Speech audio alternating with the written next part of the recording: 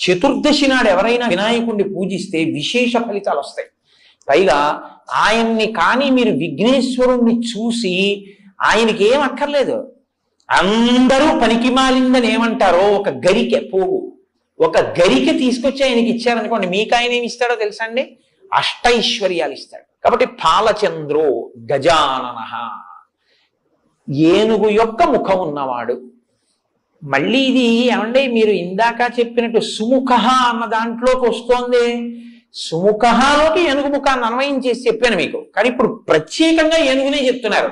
ఏనుగునే ఎందుకు చెప్తారో తెలుసా అండి? ఏనుగు తలకి ఒక బుద్ధి ఉంది.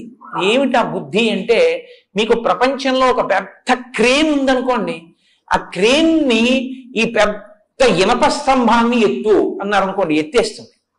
ఓ గుండు సూదిని కిందేసి ఓ క్రేను ఈ గుండు సూది తీయి అన్నారు అనుకోండి, అది తీయలేదు, దానికి సాధ్యం కాదు. గుండు సూదిని శ్రావణం అని ఉంటుంది, కంసాలి వారి దగ్గర ఉంటుంది, వాళ్ళు ఇలా పట్టుకుని ఎత్తుతారు.